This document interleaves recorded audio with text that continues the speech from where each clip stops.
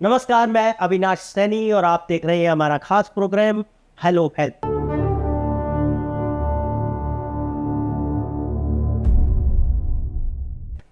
Hello health में आज हम बात करेंगे तनाव की। तनाव यानी स्ट्रेस। आपाधापी के आज के युग में लगभग हर आदमी तनाव में है, लेकिन एक समय था जब एक उम्र के बाद तनाव की स्थिति पैदा होती थी।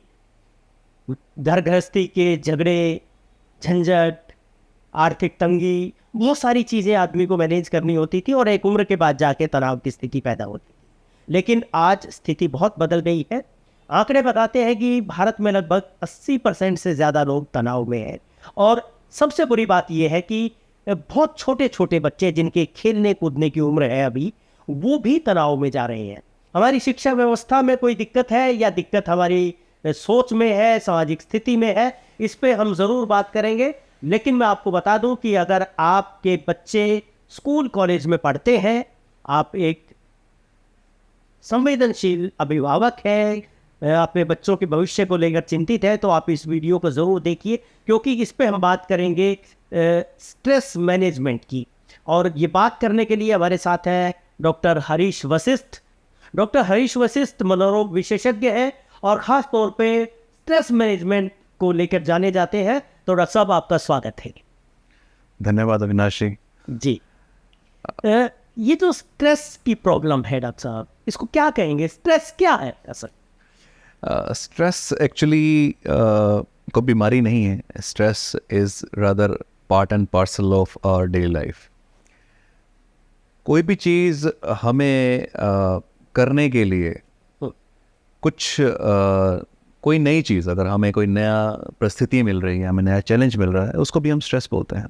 हमारे डेली से हटकर जो नई परिस्थितियों का हम सामना करते हैं, everything we can conclude it into one term called stress. Stress हमेशा एक तकलीफ़ नहीं रहती है। कुछ स्ट्रेस तो हमें ज़रूरी भी है हमारी परफॉर्मेंस को ऑप्टिमम करने के लिए, बेहतर बनाने के लिए। क्योंकि हमें देखा होगा बच्चों को जो वैसे कंसंट्रेट नहीं कर पाते हैं, लेकिन एग्जामिनेशन के दौरान वो 3 घंटे बिल्कुल एग्ज़ाम पे ही फोकस रहते हैं, उसी पे ही, उसके बारे में ही सोचना, उसके बारे में लिखना। That concentration, that focus is because of the stress only of exams.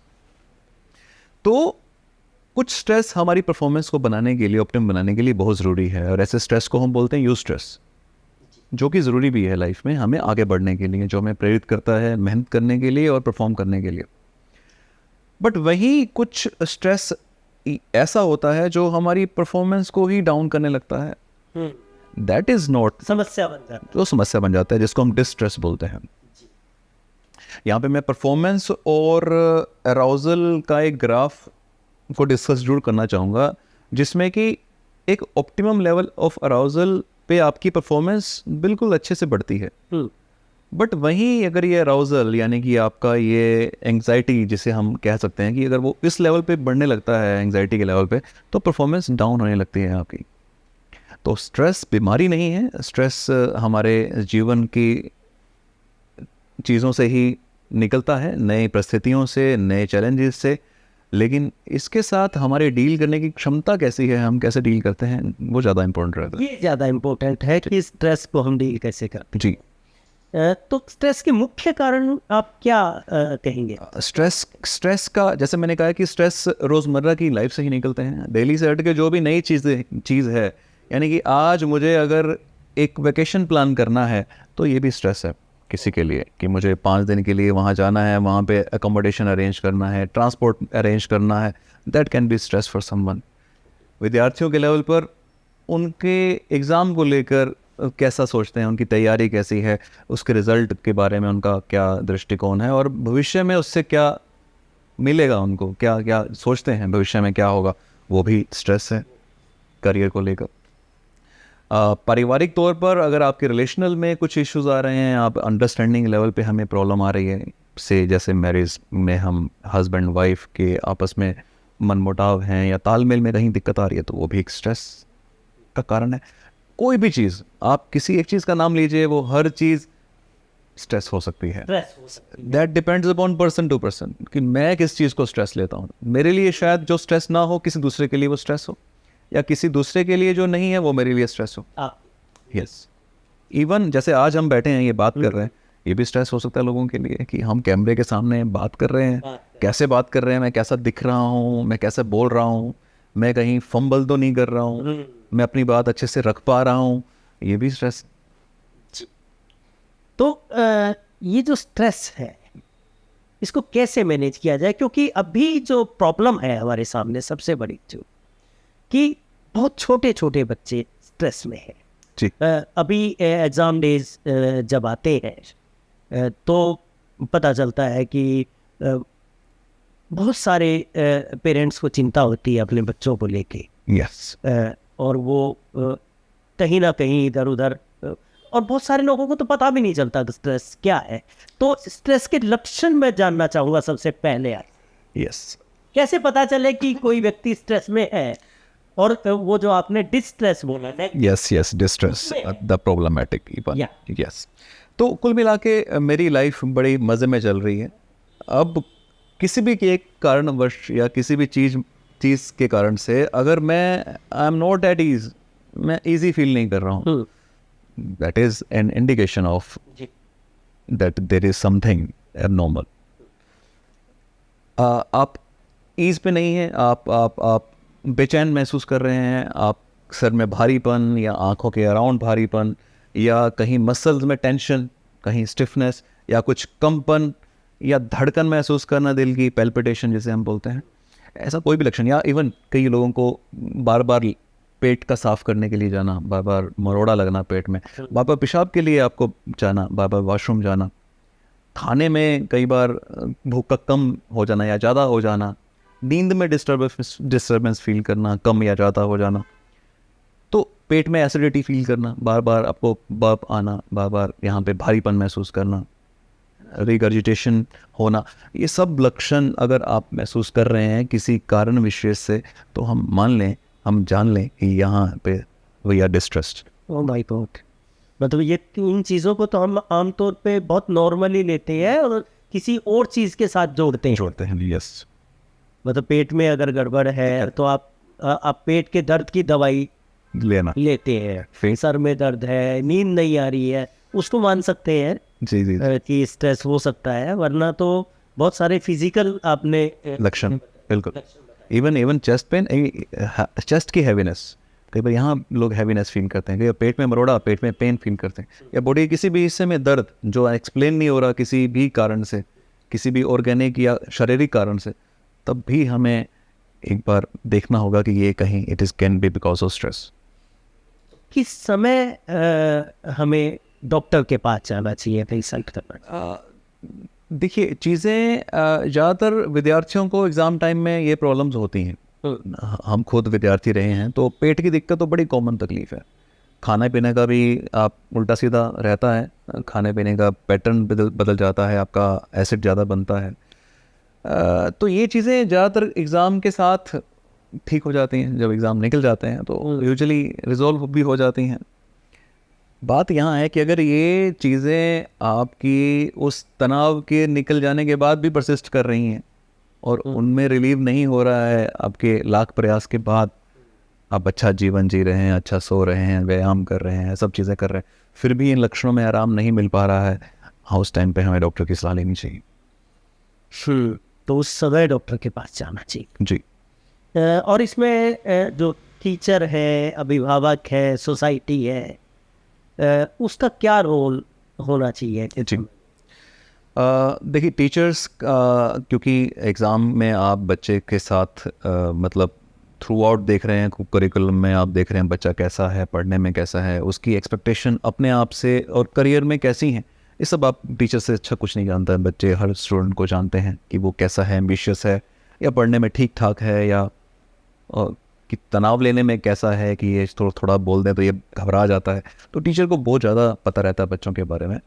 तो अगर उनकी सेंसिटाइजेशन अगर है इस मामले में, अगर वो जानते हैं कि तनाव है और इससे बच्चे की परफॉर्मेंस पे विपरीत असर पड़ता है, तो टीचर को सजग होना, उनको इनके बारे में नॉलेज होना बहुत ज़रूरी है, क्योंकि वो सबसे पहले आइडेंटिफाई करते हैं। पॉजिटिव एनकरेज एनकरेज करना, उनकी एक्सपेक्टेशंस को लेके बात करना उनकी एग्ज़ाम को लेके परफॉर्मेंस के बारे में अगर कोई डाउट है तो उनको क्लियर करना, एग्ज़ाम में जो सब्जेक्ट है उनका उसके बारे में उनको दिक्कत है उसको ठीक करना।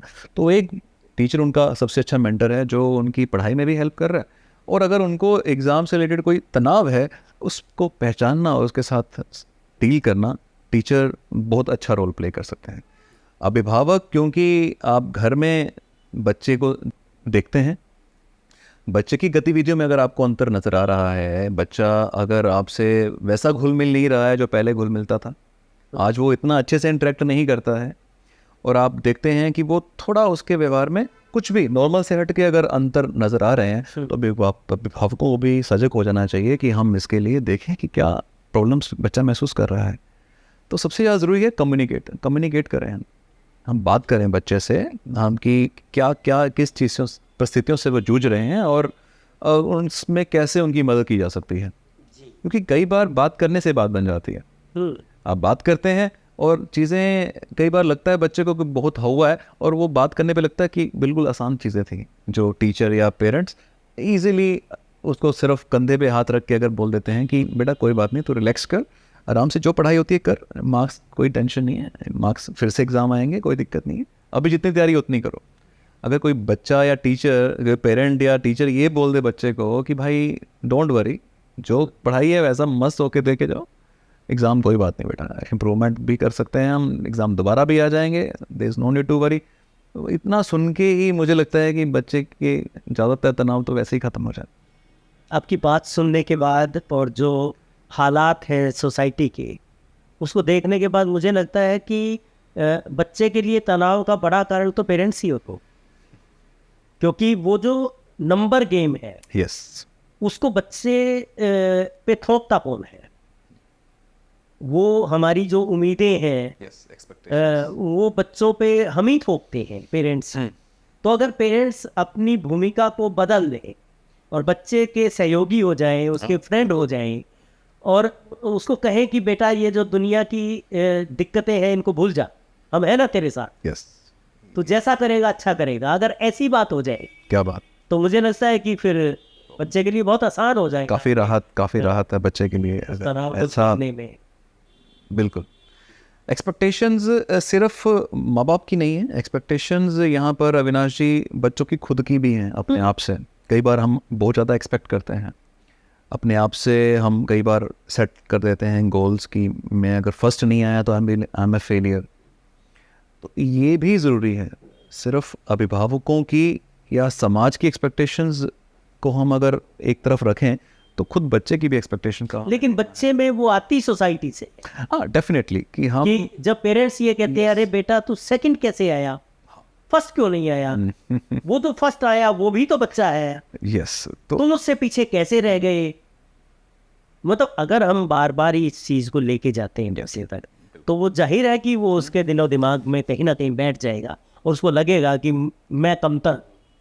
ये जो वातावरण कैसा आप दे रहे हैं बच्चे को, डेफिनेटली वो बड़ा रोल प्ले करता है आपकी सोच समझ में, आपके ओवरऑल सोचने के तरीके में।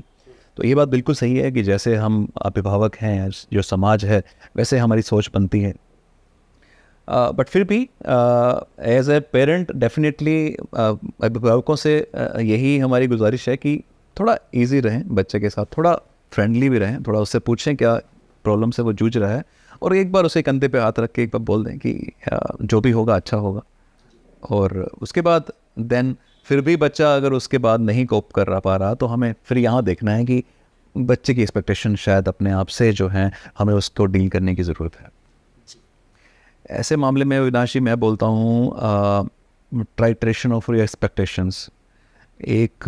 मैंने एक कंसेप्ट दिया था, मैं खुद काफ़ी बताता हूँ अपने अभिभावकों को और बच्चों को, कि how to deal with your daily stress like this, tighted your expectation. अगर आपको लगता है कि मेरे को फर्स्ट ही आना है या इतने मार्क्स लाने हैं, तो अगर आपके किन्हीं कारणोंवश से जो आपके हमारे हाथ में नहीं है, अगर वो आप वैसा तैयारी या वैसा नहीं कर पा रहे हैं, तो ऐसे केस में आप अपनी एक्सपेक्टेशन को थोड़ा टाइटेड कर लें, थोड़ा लोअर सेट कर लें, क्योंकि ये कोई एक्सीडेंट, कोई बीमारी होना ये हमारे हाथ में नहीं है। उस टाइम पे कोई वैसे ही मिस है फैमिली में हो जाना, या कोई और चीज़ हो जाना, या एग्ज़ाम के टाइम पे ही मान लो, अब जैसे उड़ीसा में जो त्रासदी हुई है, ऐसा कोई कुछ चीज़ें हो जाती हैं, तो ये इससे हमारा बस नहीं है। ऐसे कारण से कोई बच्चा अगर मान लो एग्ज़ाम देने जाना था और वो नहीं जा पाया, ट्रांसपोर्टेशन में दिक्कत आ गई या किसी सड़क बंद के कारण से प्रॉब्लम आ गई, तो ये चीज़ें हमारे हाथ में नहीं हैं। तो ऐसे में उनके साथ हमें कैसे टाइट्रेट करना है अपनी एक्सपेक्टेशन को, कैसे उनको एक्सेप्ट करना है उन चीज़ों को, ये बड़ा ज़रूरी हो जाता है। To accept what is inevitable, जो हमारे हाथ में नहीं है, और अपना बेस्ट करना जो हम कर सकते हैं। ये तो आपने बताया कि हमें किस तरह से ये अपनी जो उम्मीदें हैं उनको कैसे कम कर। जी। इसके अलावा हम तनाव में कम से कम आए तो उसके लिए कुछ डेली जो रूटीन है हमारा, या कुछ डाइट है या कुछ दूसरी चीज़ें आप सजेस्ट करना चाहें? जी जी जी, देखिए हेल्दी लाइफ का, लाइफस्टाइल का बहुत ज़्यादा महत्व है। आजकल लाइफस्टाइल डिसऑर्डर भी काफ़ी हो गए हैं। आजकल डायबिटीज़ इवन बच्चों में भी काफ़ी कॉमनली देखा जा रहा है। ओबेसिटी, पेट बढ़ना, वजन बढ़ना भी बहुत कॉमनली पाया जा रहा है। तो इन डिसऑर्डर्स को हम लाइफस्टाइल डिसऑर्डर बोलते हैं, क्योंकि ये ज़्यादातर आपके दिनचर्या में आप कैसा खा पी रहे हैं, कैसा व्यायाम, कैसी एक्टिविटीज़ कर रहे हैं, उस पर बड़ा निर्भर करता है। तो लाइफस्टाइल मॉडिफिकेशन तो हमेशा से ही एक हमारा रहा है कि हमें इनको तो फॉलो करना ही है, जिसमें टाइम से सोना, आपको रात्रि को जल्दी सो जाना और सुबह जल्दी उठना, सुबह उठकर थोड़ा व्यायाम करना, थोड़ी स्ट्रेचिंग करना, एक्सरसाइज करना, खाना नियमित रूप से लेना और संतुलित आहार लेना, जिसमें प्रोटीन रिच डाइट, दालें हैं, हरी सब्जियां हैं, ये सब चीज़ें लें हम। थोड़े फल फ्रूट भी साथ में लेते रहें। हाइड्रेशन मेंटेन करना, जिसमें पूरा अच्छा से पानी भी पीना बड़ा ज़रूरी है। कई बार बच्चे पढ़ते पढ़ते पानी भूल जाते हैं लेना, या ग्लूकोज की कमी कई बार रहती है, कई बार हम उसकी भी कमी के कारण से हम फोकस नहीं कर पाते हैं, हम थोड़ा सा लो फील करते हैं। तो न्यूट्रिशन का बहुत बड़ा रोल है, जिसमें मैंने बताया कि प्रोटीन रिच डाइट है और बैलेंस डाइट है। जंक वगैरह से ये चीज़ें जो हम बर्गर, चाउमीन और ये मैगी वगैरह, या जो रेडीमेड फूड मिलता है या पैकेट फूड मिलता है, इसको जितना हो सके अवॉइड करें। बच्चे भी और पेरेंट्स भी ध्यान दें इन चीज़ों का, क्योंकि पिज़्ज़ा वगैरह जो आजकल बड़ा चल गया रेडीमेड, आप जोमेटो से ऑर्डर करते हैं और उसके बाद ईजिली उसको ले लेते हैं, बट उसका हमारे स्वास्थ्य पे विपरीत असर पड़ता है। कोल्ड ड्रिंक्स बहुत कॉमनली यूज़ करते हैं, कोक और ये सब चीज़ें बड़ी इजीली करते हैं, and they are very instant energies and they are very bad energies, जो काफ़ी हमें बुरा प्रभावित करती हैं। तो इन जंक से, इन इंस्टेंट ये जो ड्रिंक्स हैं, कोक वगैरह या ये चीज़ों से बचें हम। संतुलित आहार लें जो नियमित है, तो व्यायाम और एक्सरसाइज ज़रूर करें। काम के साथ साथ अच्छा आराम भी ज़रूरी है, सोना बहुत ज़रूरी है, अच्छी नींद लेना बहुत ज़रूरी है, एक्सरसाइज बहुत ज़रूरी है। और हाँ, आजकल का जो ये एकाकी जीवन हो गया है ना, आजकल हम एग्ज़ामिनेशन के टाइम पे ना बच्चों को कहते हैं कि एग्ज़ाम की तैयारी करनी है, चुपचाप नॉन अटेंडिंग स्कूल, बाकी आप किसी कॉलेज को ज्वाइन नहीं करेंगे रेगुलर, आप डिस्टेंस से करेंगे वो, और कोचिंग वगैरह या खुद पढ़ के आप एग्ज़ामिनेशन की तैयारी कर रहे हैं। जी। प्रॉब्लम क्या है, इससे टाइम तो मिल रहा है, आप एग्ज़ामिनेशन की तैयारी तो ठीक कर पा रहे हैं, लेकिन जो इंटरेक्शन है बच्चों का, बच्चों से आपस में जो आप बात करके सीखते हैं, जो एक दूसरे की प्रॉब्लम को जानते हैं, यहाँ बड़ी चूक हो जाती है और बच्चे इस चीज़ में बड़े पीछे रह जाते हैं, सोशल इंटरेक्शन में और इन चीज़ों को डील करने में, सोशल रोल प्ले और सोशल एक्सेप्ट, आप इन सब चीज़ों में। तो यहाँ पे बड़ी प्रॉब्लम मैं देख रहा हूँ, हम देख रहे हैं कि जो बच्चे बिना नॉन अटेंडिंग जो तैयारी कर रहे हैं, उनमें हम काफ़ी प्रॉब्लम्स फील कर रहे हैं स्ट्रेस को डील करने को लेकर। तो ये सोशल इंटरेक्शन, यानी कि अपने दोस्तों से मिलना, उनसे बातें करना, उनके साथ खेलना, even physical activity outdoor, that is very important. परिवार में भी आप अकेले कमरे में किताबें लेके बैठे, बिल्कुल। इसकी बजाय अगर बात करते हैं यस, कुछ टाइम हम ज़रूर निकालें जो हम आपस में बात करें, एक पढ़ाई के अलावा कुछ और बातें करें, अपने अभिभावकों से, अपने सिबलिंग्स, अपने भाई बहनों से और अपने दोस्तों से। बिल्कुल सही कहा, क्योंकि स्ट्रेस जब अभी एग्ज़ाम की हमने बात की कि स्ट्रेस आता है एग्ज़ाम के डेज़ में, लेकिन बहुत बार वो कंटिन्यू कर जाता है।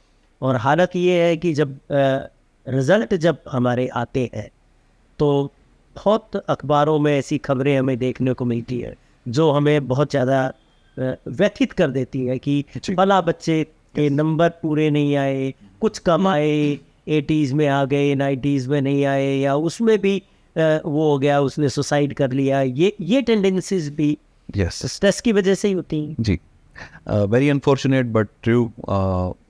कहीं ना कहीं तनाव ही एक चीज़ है जिसके बाद, ये तनाव तो हम एक नॉर्मली चीज़ें बोल रहे हैं जो हम डे टू डे में फील कर रहे हैं और हम कैसा उसको लेके महसूस कर रहे हैं, उसको डील करने में असमर्थता जाहिर कर रहे हैं। एक यहाँ पे अविनाश जी मैं बताऊँगा, स्ट्रेस के साथ सिर्फ स्ट्रेस ही नहीं है, स्ट्रेस के आयाम अलग हैं कि स्ट्रेस ज़्यादा कम कुछ नहीं है, it's how we deal it. हमारी कोपिंग कैसी है उसको डील करने में, कोपिंग स्ट्रेटजीज आपकी, हमारी खुद की या हमारे आसपास वालों की। कोपिंग स्किल का डेवलप करना बहुत ज़रूरी हो जाता है। अगर हमारी कोपिंग स्ट्रेटजीज को डील करने में समर्थ नहीं है तो एक छोटा सा स्ट्रेस भी बहुत हवा नज़र आता है, जैसे एग्ज़ाम्स में मार्क्स कम आना या फेलियर।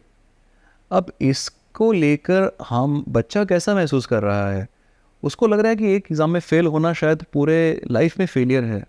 वो मानसिक, उसकी मानसिकता अपने आप से बनी या समाज या परिवार से बनी, ये बाद की बात है, इस पे डिबेट का विषय नहीं है, वो भी तो वही है। बट हाँ, बच्चे ने उसको कहीं ना कहीं ये लग रहा है कि इस एग्ज़ाम में failure is my life is failure, now I am of no use. And इतने व्यथा के साथ ही बच्चा कोई ऐसा कदम उठा सकता है, सुसाइड जैसा कदम उठाना, रियली अनफॉर्चुनेट। बट इस चीज़ को भी पहले पहचानना, बच्चों की कोपिंग को असेस करना बहुत ज़रूरी हो जाता है कि हम डे टू डे में बच्चा कैसे डील कर रहा है अपनी तनावों को, किस भावना से डील कर रहा है, कैसे कर रहा है, ये बड़ा ज़रूरी है। बच्चे, पेरेंट्स और बाकी लोग ज़रूर देखें इस चीज़ को कि how he deals with his stress. जी, आपने बहुत सारी चीज़ें बताई कि हमें क्या करना चाहिए, लेकिन क्या नहीं करना चाहिए। हाँ जी, मैं ये बात मैं I wanted to raise this point. आज के टाइम में ना मोबाइल हमारे जीवन का ना एक बहुत बहुत बड़ा हिस्सा हमारे टाइम का कंज्यूम करता है। हर चीज़ मोबाइल पे रेडीमेड है। मोबाइल नो डाउट इंटरनेट के साथ हमारी कई इन्फॉर्मेशन हमें बड़ी इजीली मिल जाती हैं, बड़ी जल्दी एक्सेस कर पाते हैं। एकेडमिक्स की बात करें तो वो आर्टिकल जिसको हम घंटों जाकर लाइब्रेरी में ढूंढते थे, आज के टाइम में वो एक क्लिक पर अवेलेबल है। नो डाउट बहुत बेनिफिट्स हैं मोबाइल के, इंटरनेट के, बट उसके साथ जो ये आज के टाइम में जो उसके ऊपर व्यतीत करना, पढ़ाई के अलावा जो समय व्यतीत करते हैं, इसका स्क्रीन टाइम ज़्यादा है बजाय एकेडमिक्स के। हम रील्स, शॉर्ट्स या इधर उधर के वीडियोस या इधर उधर की कुछ ऐप्स में बहुत ज़्यादा समय लगाते हैं। बच्चे या बड़े, कोई इससे अछूता नहीं है, हम बहुत ज़्यादा समय मोबाइल पे यूज़ करते हैं और ये कारण बन रहा है आज हमारी बड़ी मानसिक प्रॉब्लम्स का। और सबसे ज़्यादा कारण है हमारे टाइम की, जो हम महसूस करते हैं टाइम नहीं है हमारे पास, उसका बड़ा कारण बन रहा है। तो मैं जो नहीं करना चाहिए उसमें एक बात ये बोलूँगा कि मोबाइल का प्रयोग अपनी लाइफ को ईजी बनाने के लिए करिए, नॉलेज गेन करने के लिए ज़रूर करिए, अपने स्किल्स को डेवलप करने के लिए ज़रूर करिए। बट ये चीज़ें जिनसे हमारा समय बर्बाद हो रहा है और अगर हम अनफुलफिल्ड फील कर रहे हैं और अगर हम अच्छा फील नहीं कर रहे हैं, तो इसके उपयोग को लेकर हम बड़े सजग हो जाएं और इसके लिए भी हम इसको कैसे इससे मुक्ति पाएँ, इसके लिए भी स्पेशलिस्ट से राय लें। जी, तो डॉक्टर साहब, हम अपनी जो चर्चा है उसको अभी विराम की तरफ लेके चलेंगे। तो बीइंग ए डॉक्टर, आपके पास जो केसेस आते हैं तो उनके आधार पे आप हमारी सोसाइटी को, पेरेंट्स को, बच्चों को क्या सजेस्ट करना चाहेंगे, और हम तनाव में ना जाएं, इसके लिए क्या, और अगर तनाव में है तो फिर इसका उपचार क्या? अविनाश जी, अभी तक की सारी डिस्कशन में शायद सब चीज़ें ये डिस्कस ऑलरेडी हो चुकी हैं, मैं फिर से इसको ब्रीफ कर दूंगा कि नियमित जीवन शैली ही एक कुंजी है एक स्वस्थ जीवन की।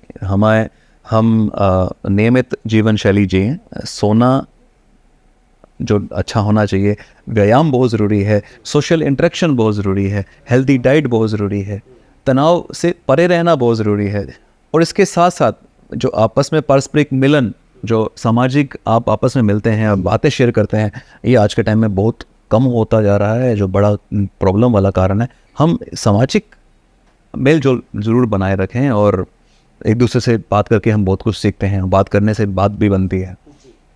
नियमित जीवन शैली का कोई सब्स्टिट्यूट नहीं है और ये हमें करना ही होगा। अपने हेल्थ को, मेंटल हो चाहे फिजिकल हो, उसको बनाए रखने के लिए हर संभव स्टेप हमें करना है, और जिसके लिए बहुत छोटे छोटे टिप्स हैं जो हम यदा कदा इधर उधर सुनते भी रहते हैं और जो हम अभी बता भी रहे हैं। तो ये जीवन शैली डेफिनेटली इससे हमें करना है। नशे से मुक्त रहना, मैं यहाँ पे ये पॉइंट जरूर रेज करना चाहूँगा। हम सोचते हैं कि कुछ ड्रग्स लेकर या कुछ कोई भी यहाँ वहाँ की मेडिसिन लेकर या कुछ स्मोकिंग है या अल्कोहल है या कोई कैनाबिस है या आजकल बहुत और भयंकर नशे, इवन चिट्टा और हेरोइन भी चल रहा है, जो बच्चे बहुत कॉमनली यूज़ कर रहे हैं, जो एक छोटे टाइम का आपको आनंद तो देते हैं लेकिन लंबे टाइम पर ये बहुत नुकसान का कारण बनते हैं। नशे से परे रहना बहुत ज़रूरी है। हेल्दी लाइफस्टाइल आप अपनाइए, समाज में बने रहिए, सीखते रहिए। आप फिलहाल एज ए विद्यार्थी, हमारा काम है पढ़ना, तो हम पढ़ते रहिए। उसमें कोई दिक्कत आ रही है तो अपने टीचर्स, अभिभावक या अपने मेंटर से संपर्क करें। और जहाँ पर ये दिक्कतें मैनेज करने में आपको दिक्कतें आ रही हैं, सब स्ट्रेटजीज अपना कर, तो स्पेशलिस्ट आर ऑलवेज देयर। आप अपने नज़दीकी किसी स्पेशलिस्ट के पास जाएं और उनसे राय लें। तो डॉक्टर साहब बहुत बहुत शुक्रिया आपका इतनी बेहतरीन जानकारी के लिए। और मैं अपने दर्शकों को बता दूं कि आपके बच्चे जो हैं आपका एसेट है, और उन पे अपनी उम्मीदों का जो बोझ है उसको थोड़ा कम करें और उसको इजी लाइफ जीने दें, उसको जो पढ़ाई कर रहे हैं उसका मज़ा लेने दें। और स्टूडेंट्स से भी ये है कि तनाव लेना कोई बुरी बात नहीं है, वो पॉजिटिव भी है, हमें Yes, आगे बढ़ने yes. में मदद देता है। Yes. लेकिन वो हमारे लिए समस्या ना बन जाए, इसके लिए हम ज़रूर अपनी जो उम्मीदें हैं उनको थोड़ा मैनेज करें और अपने जीवन को मैनेज करें। और जो सबसे बड़ी बात ये है कि अपने शौक को जिंदा रखें। यस, बड़ी चीज़ है ये कि अविनाश जी आपने बहुत अच्छा पॉइंट रेज किया। हॉबीज को आप कुछ ना कुछ, हमारी हॉबीज, yes. क्रिएटिविटी हमारे जीवन में अगर रहती है तो हम जाहिर है कि स्ट्रेस जी, को जी, जी। कम कर पाएंगे। तो आपका बहुत बहुत शुक्रिया।